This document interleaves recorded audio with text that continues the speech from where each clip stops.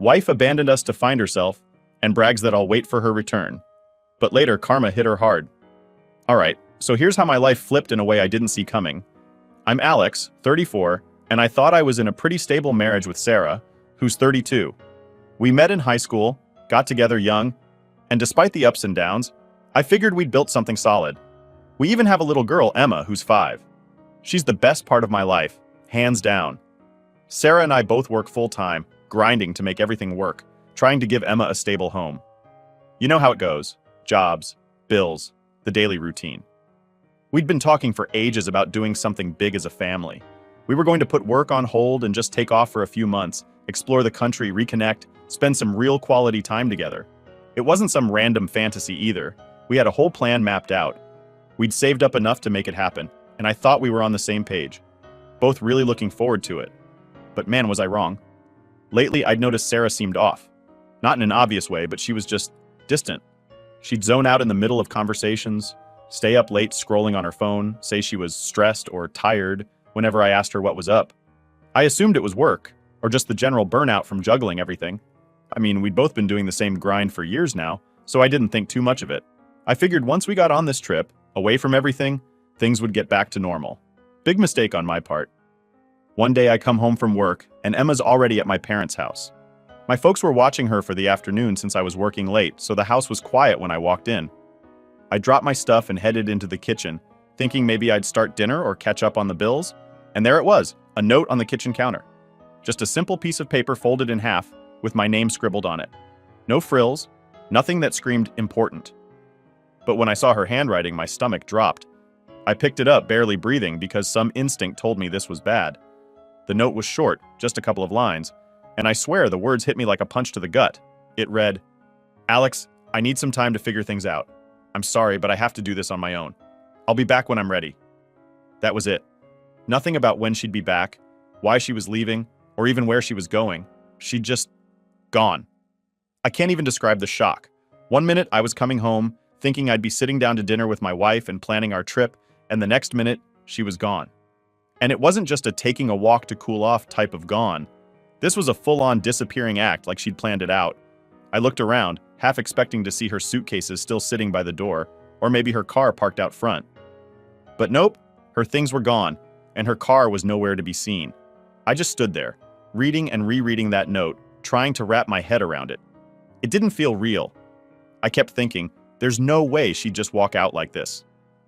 But the note was there, in her handwriting, and the silence in the house was louder than anything. I checked her closet, hoping this was some weird joke, but I could tell she'd taken a bunch of her clothes. Not all of them, but enough to make it clear she wasn't just running out to clear her head. I called her, of course. The phone rang a few times, then went straight to voicemail. I left a message, trying to keep it calm, asking her to call me back so we could talk.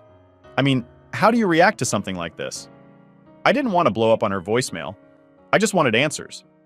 But after a while, when she didn't call back, I tried again. And again. Straight to voicemail every time. After a few tries, I finally gave up and called my brother Steve. He's always been the practical one, the guy who keeps his head straight when everything's a mess. I told him what happened, that Sarah was gone, and he was quiet for a second before asking me to read him the note. I did, and he let out this long sigh, like he'd seen it coming. But for me, it was like the rug had been pulled out from under my entire life. "Alex, listen to me," Steve said. "You need to lock down the accounts and protect yourself. We don't know how long she's planning to be gone, and if she took money already, she could take more." He was right. I hadn't even thought about the money yet. My mind was too scrambled. But after he said that, I couldn't ignore it. If she'd left with no warning, there was no telling what she planned to do next. I went around the house looking for anything else she might have taken. I don't know why. I guess I just needed to know the full damage. But aside from the clothes, a few personal things, and the money, she didn't take much. It was like she'd stripped down her life to just the essentials and walked out. That night, I barely slept. I kept replaying the last few months in my head, looking for any sign I might have missed, anything that hinted this was coming. But there was nothing. She'd acted distant, sure, but not like someone who was about to abandon her family. I kept hoping I'd wake up and find out this was some messed up dream, but the reality of it was impossible to ignore. The hardest part, though, was figuring out what to tell Emma. She was too young to understand why her mom would leave, and I didn't have an answer to give her. The next day, I picked her up from my parents' house, trying to act normal. I told her that her mom had gone on a little trip and would be back soon, even though I didn't have a clue if that was true. She didn't ask too many questions, but I could tell she was confused. And honestly, so was I. The only thing I knew for sure was that everything had changed and there was no going back. Waking up the next morning felt like being hit by a truck. For a second, I thought maybe it had all been a bad dream, but there it was. The note, still on the counter, right where I'd left it. Sarah was gone, and I had no idea when or if she'd be coming back. It didn't feel real. I had to face the fact that my wife had just walked out on our life together, on our daughter, on everything we'd built over the years. Emma woke up as cheerful as ever, totally unaware of what was going on. I plastered on a smile, trying to keep things as normal as possible, but it felt like my whole world was hanging by a thread. She asked if Mommy was still on her trip, and I nodded, keeping it vague, not really knowing how to explain it to a 5-year-old. I was barely wrapping my own head around it. After breakfast, I tried calling Sarah again, straight to voicemail, just like last night.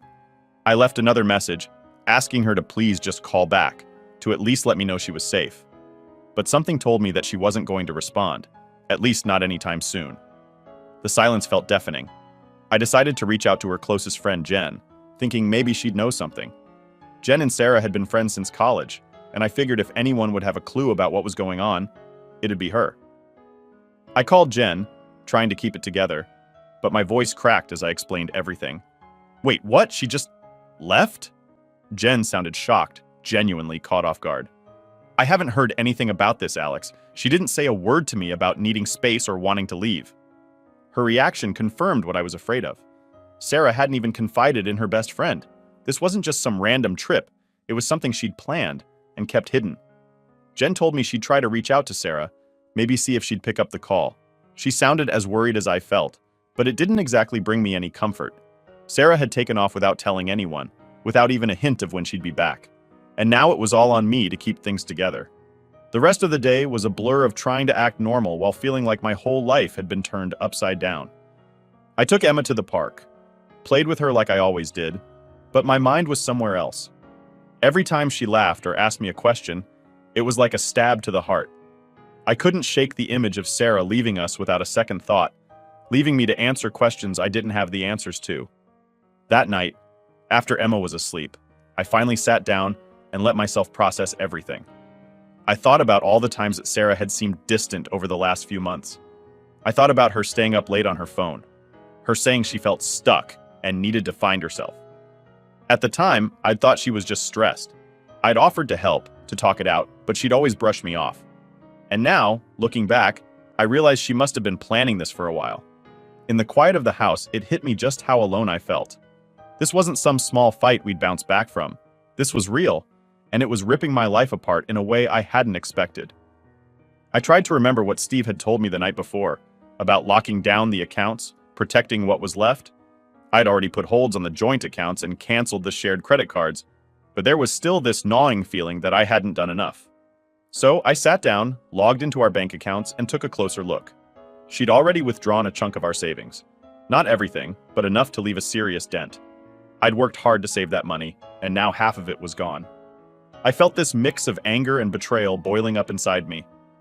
I kept picturing Sarah somewhere, carefree, living her new life, while I was left picking up the pieces. I decided to check her social media, just to see if she'd posted anything, if there was any hint about where she was or what she was doing. I wasn't even sure I wanted to know, but I couldn't help myself. And there it was. A new post on her Instagram from a few hours earlier. She was on some beach, sunglasses on, with this big, carefree smile. The caption read, "Finally feeling free." I sat there, staring at that photo, feeling like I was seeing a stranger. This wasn't the Sarah I thought I knew. She was out there, living her best life or whatever, while I was at home, trying to explain to our daughter why her mom wasn't around. The comments were full of her friends hyping her up, saying things like, "You deserve it, girl," and "living your truth." It felt like I was the only one seeing the full picture, that she just walked away from her family. I took a screenshot and sent it to Steve. He replied almost immediately, calling me to ask if I was okay. I wasn't, not even close, but I told him I was handling it. What else was I supposed to say? I wasn't going to break down on the phone, even though that's exactly how I felt. Steve told me I needed to think about what my next steps were, that I couldn't just wait around for her to decide if she wanted to come back. And he was right. I couldn't keep pretending like this was temporary, like she'd just gone off on a quick trip and would be back any day now. She'd made her choice, and now I had to figure out how to move forward. But it was easier said than done. The next few days, I kept going through the motions, taking care of Emma, going to work, pretending everything was normal when it was anything but. I was barely holding it together, and every time I looked at Emma, I felt this crushing weight of responsibility. I'd always pictured us as a family, working through things together. But now it was just me and her. I had no idea how to explain any of this to her, and I didn't even know if I could. One night, after I'd put Emma to bed, I sat down and just let myself feel it. The anger, the sadness, the betrayal. I thought about all the years we'd spent building a life together, all the sacrifices we'd made, and now it was like none of it mattered to her. She was out there, living free, and I was left here, alone, trying to pick up the pieces for our daughter. And that's when I realized that I couldn't keep waiting around for her to decide what she wanted. Sarah had made her choice, and it didn't include me or Emma. It hurt like hell, but I knew that I had to start focusing on what was best for us. I wasn't going to let her keep us in limbo, waiting for her to figure out if we were worth coming back for. The next day, I called a lawyer. I didn't know if I was ready to file for divorce, but I needed to know my options. I needed to understand what I could do to protect myself and Emma. I felt like I was finally taking a step forward, even if it was a small one. This wasn't the life I'd planned, but it was the one I had now, and I was going to do whatever I had to do to make it work for us. After that call to the lawyer, I thought things might start getting clearer, that maybe I'd get a sense of control, but if anything, it just made me realize how far gone Sarah really was. This wasn't just a temporary thing, she'd made her choice, and I was left to deal with the fallout. The lawyer had explained my options, mostly just legal terms that felt way over my head, but the main point stuck. If Sarah didn't come back, I needed to prepare for a possible divorce. But here's the thing. There were still so many unanswered questions buzzing around in my head, keeping me up at night. Where was she? What was she even doing? I mean, yeah, she'd posted that one Instagram pic of herself on the beach, all smiles, living her so-called best life. But that didn't tell me why she'd left or how long she planned to be gone. So one night, I did something I never thought I'd do. I logged into Sarah's old email account. Look, I know it sounds bad, but I was desperate. I needed answers, and she wasn't giving me any, so this felt like my only option. Besides, I knew she barely used that email except for junk mail and random subscriptions. I figured if there was any clue, it'd be there. The inbox was pretty much what I expected, tons of spam, newsletters, promotions. But as I was scrolling through, I noticed a few emails that stood out. They were from a dating app, notifications about messages she'd received. My heart sank as I opened one.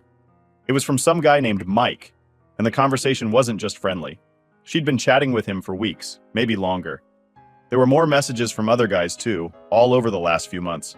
I felt sick reading through them, seeing how she'd been living this double life.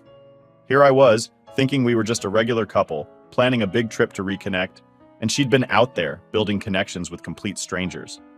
And I couldn't ignore the dates on those messages. They lined up perfectly with the times she'd seemed stressed or needed a night out with friends. As if that wasn't bad enough, I kept digging. One of the emails had a link to a shared photo album on her account. Curiosity got the better of me, and I clicked on it. The photos were all recent.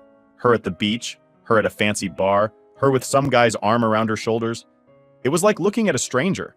This wasn't the Sarah I knew, the woman I thought I'd spend my life with. She was someone else entirely, someone who could walk out on her family without a second thought. I shut the laptop and just sat there, trying to process everything. I felt betrayed, humiliated, angry. It was all mixed together in this boiling mess that I couldn't control. Part of me wanted to call her, scream at her, demand answers. But I knew it'd be pointless. She'd made her choice, and no amount of yelling was going to change that. The next morning, I tried to act normal for Emma's sake. She still didn't know the details, thank God, and I didn't want her to pick up on my anger or confusion. But every time she asked about her mom, every innocent question, every look of hope on her face, it broke me a little more. How was I supposed to explain to her that her mom had chosen a completely different life?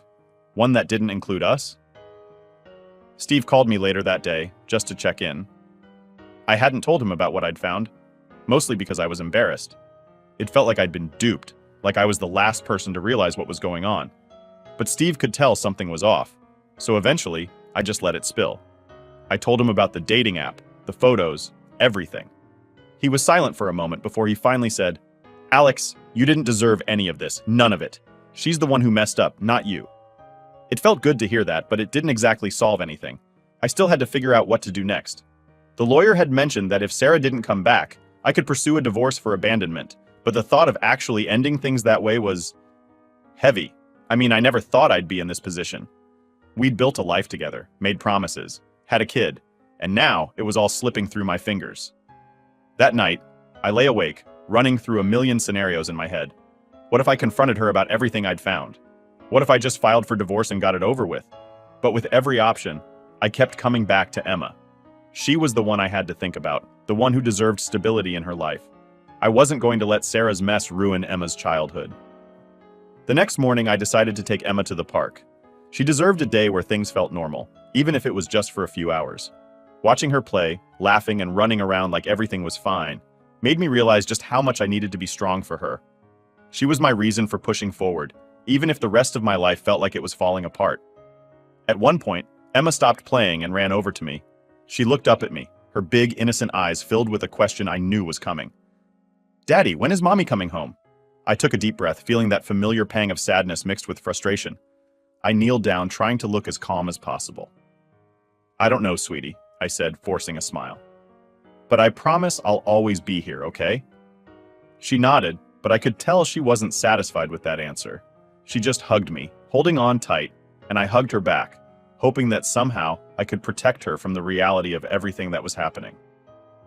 Later that evening, I finally made up my mind. I couldn't keep living in limbo, waiting around for Sarah to decide if we were worth coming back to. I was going to take the next steps, whatever that meant, to protect Emma and myself. Whether that was officially filing for divorce or just moving on emotionally, I didn't know yet. But I couldn't keep living like this, trapped between what my life had been and what it had become. As I sat there, thinking about the future, I realized that maybe, just maybe, this was my chance to build something new. A life where Emma and I were happy, even if it was just the two of us. Thanksgiving was coming up fast, and honestly, I didn't know how to handle it. The holidays are a big deal in my family. We always get together, eat way too much, and talk about everything going on in our lives. This year was going to be different, though. Everyone knew Sarah was gone, but they didn't know the full story. I hadn't told anyone about the dating app, the random guys, or the beach photos, and I didn't plan to. It was too humiliating. And besides, I didn't want everyone's pity. I just wanted to get through the day without falling apart. I decided to bring Emma to my parents' house for Thanksgiving. She'd been asking about her mom, and every time, I just told her that Sarah was still on her trip, and that it was just the two of us right now. She seemed to accept it, but I could tell she missed Sarah. And that crushed me because I couldn't make any promises that her mom would be back. Heck, I didn't even know if I wanted her back at this point. The morning of Thanksgiving, as I'm getting Emma dressed and trying to keep my own nerves in check, I get a text from Sarah. I hadn't heard from her since she left, so seeing her name pop up made my stomach drop. All it said was, "I'd like to come by and see Emma today." Just like that. No apology, no explanation, no acknowledgement of what she'd done, just a casual text, as if we were still on normal terms. I stared at my phone, trying to figure out what to do. Part of me wanted to say no, to tell her she couldn't just pop in whenever it was convenient for her. But Emma was 5, and she didn't deserve to be hurt any more than she already was. I texted back, "We'll be at my parents' place. You can come by if you want, but don't expect everything to be normal." She replied with a simple, "Okay," and that was it. When we got to my parents' house, everything was set up like usual. My mom was bustling around in the kitchen, and my dad was sitting in his favorite chair, watching the parade with my brother Steve. They greeted me with sympathetic smiles, but they didn't say anything. They'd known me long enough to know that pushing me to talk wasn't going to help. I could tell my mom was worried, though. She kept glancing at me with that look she gets when she wants to fix things, even though she can't. Emma was playing with her cousins when Sarah finally showed up. She walked in like nothing had happened, dressed up, smiling, looking like she'd just come back from a fun weekend trip instead of a month-long disappearance. She made a beeline for Emma, scooping her up in a big hug, and Emma's face lit up. I felt this mix of anger and relief. Angry because she was acting like everything was fine, and relieved because at least Emma was happy, if only for a little while. The whole family was watching, and the silence was thick. My mom broke it by politely offering Sarah a drink, which she accepted, and they all sat down around the table. I could tell everyone was waiting for someone to say something, to address the elephant in the room. But Sarah acted like she was just another guest, chatting away about her trip and how nice it was to see everyone. At one point, I couldn't take it anymore. I leaned over and said quietly, "So, that's it? You're just going to act like nothing happened?"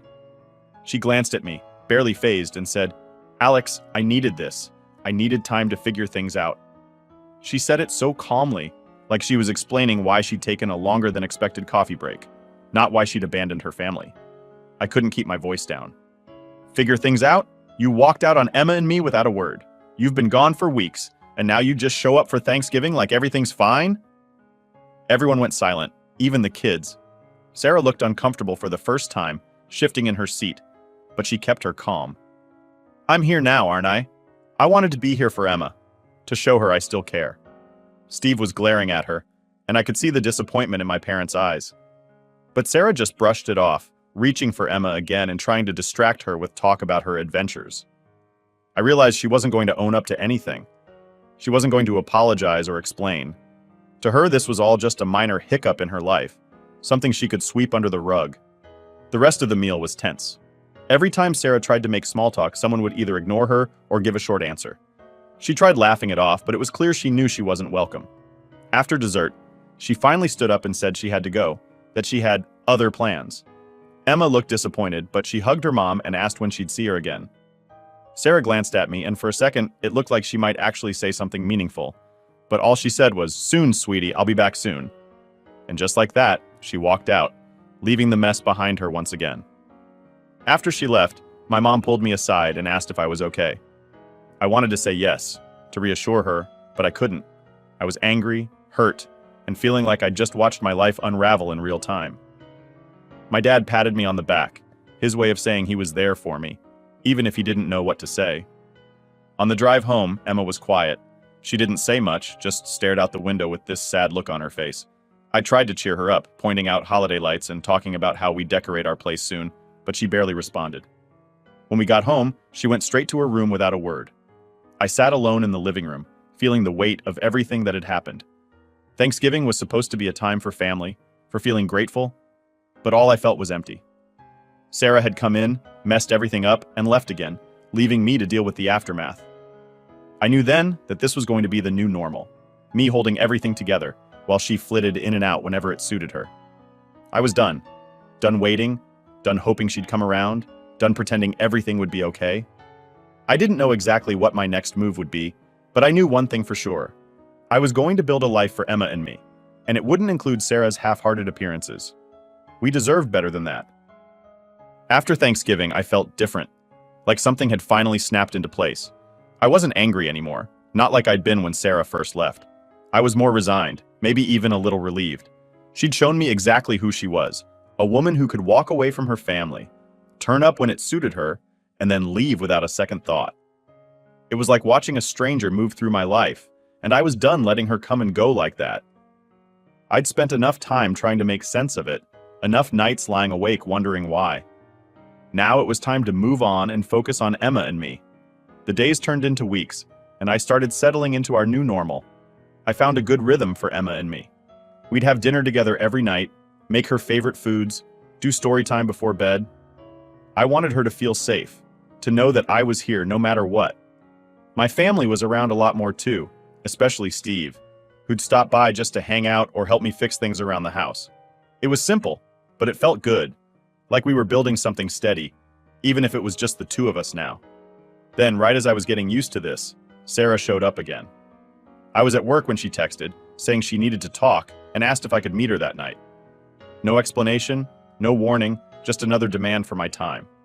I was tempted to ignore her, but a part of me was curious. What was she going to say? Was this just another visit, or did she have some other excuse lined up? So that night, I met her at a small coffee shop. She was already sitting there when I walked in, looking, well, not great. She was wearing her usual, "I've got it all together" outfit, but I could tell something was off. She looked tired, more than I'd ever seen her, and there was this unease about her that I hadn't noticed before. She barely waited for me to sit down before she launched into it. Alex, I made a mistake. I thought I could find myself or whatever, but it turns out that was not what I expected. I just sat there listening, letting her talk. She went on about how things hadn't gone as planned, how she'd lost touch with some of her friends she'd been with, how life wasn't as easy as she'd thought it'd be on her own. Apparently, one of the guys she'd been seeing had swindled her out of money, promising to invest it or something, and now she was in financial trouble. The whole situation sounded like some ridiculous rom-com plot gone wrong, but here it was, real life. Finally, she got to the point.